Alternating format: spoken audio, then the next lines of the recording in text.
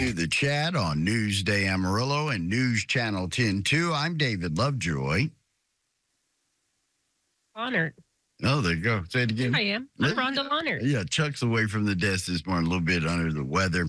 This election year might feel divided, but Americans are united on one thing.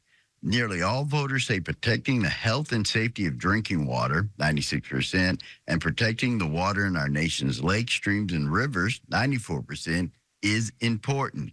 Joining us is Director of Legal Advocacy for the National Wildlife Federation, Jim Murphy. And we're going to talk about World Water Day today. Mr. Murphy, thank you for taking time out and visiting us. Thank you for having me, and happy World Water Day. Yeah, tell us a little bit about the significance of World Water Day. World Water Day celebrates water, and as you just mentioned, water unites us. Virtually all Americans believe that clean water is important and support clean water. And that goes to important things like wetlands, which are the Brita filters of nature's systems. They help keep what comes out of our tap clean and safe. Well, what do you feel is the biggest threat to our nation's water supply? Well, last year, the Supreme Court issued a controversial decision that removed over a half century of pollution protections for many of the nation's waters. And that's really put a lot of waters under threat. Other things like development and climate change are also placing a lot of stress on America's wetlands and streams. Let me ask you this, Mr. Murphy. What does resilience mean for people and nature? Resilience means the ability to be able to survive and adapt to a lot of the severe storms that we're seeing, to a lot of the flooding events that we're seeing, to drought, which I know is a big issue in the Southwest. It's the type of natural features that allow communities and wildlife to be able to survive and thrive in those conditions. Now, when we talk about a climate solution, a natural climate solution, what is that? What does that entail? A natural climate solution really entails kind of letting nature do what nature does best.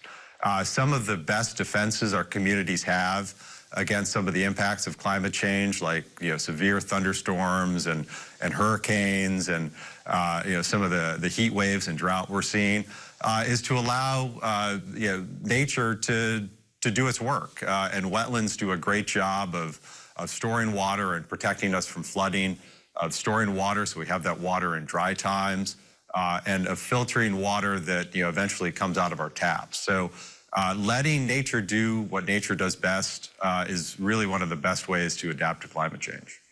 What could natural infrastructure look like in my community, let's say, here in West Texas? We talked earlier, have a little drier climate. What does infrastructure look like for me? It really means that taking advantage of restoring areas that have been impacted or lost. It means protecting the wetlands and streams that still exist. So it really means protecting what's there and rebuilding and restoring what's been lost. And so we're talking about the quality or condition of our water. Do you have anything that you would want to say about conservation for people that live in the area that we live in the nation? I think the biggest thing is, right now with some of the federal protections stripped away, that it's really important to make sure that state and local officials are protecting waters. And you can protect waters in a lot of ways. It's not just regulation. It can be things like conservation easements and allowing landowners to get tax credits if they protect their land.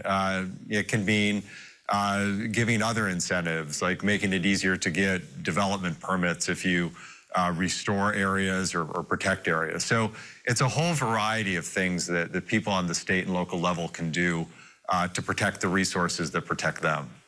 You look at things in the news, you look at Flint, Michigan, for example, and how community is devastated by not having quality water in their community. but it seemed like the fix or getting to a solution has been very, very slow and dragging their feet. Is this something we need to lay in the hands of our politicians, or do communities have to get up and get active to make sure you have that clean water? I think it's both. If we just trust to the politicians, I'm not sure that they'll necessarily always listen to the right people. So it's really communities both doing things on the ground to protect the resources they have and they know, but also stepping up and making sure that the politicians know that these are really important issues. As you mentioned, Water Unites us. Everyone supports clean water, but sometimes we take it for granted, and when we take it for granted, sometimes those protections can slip away. Where can viewers and listeners get more information on this? Certainly from the National Wildlife Federation. If you go to our website, nwf.org, the Walton Family Foundation is another great source of information. There's a lot of other sources of information out there on how you can protect waters in your community.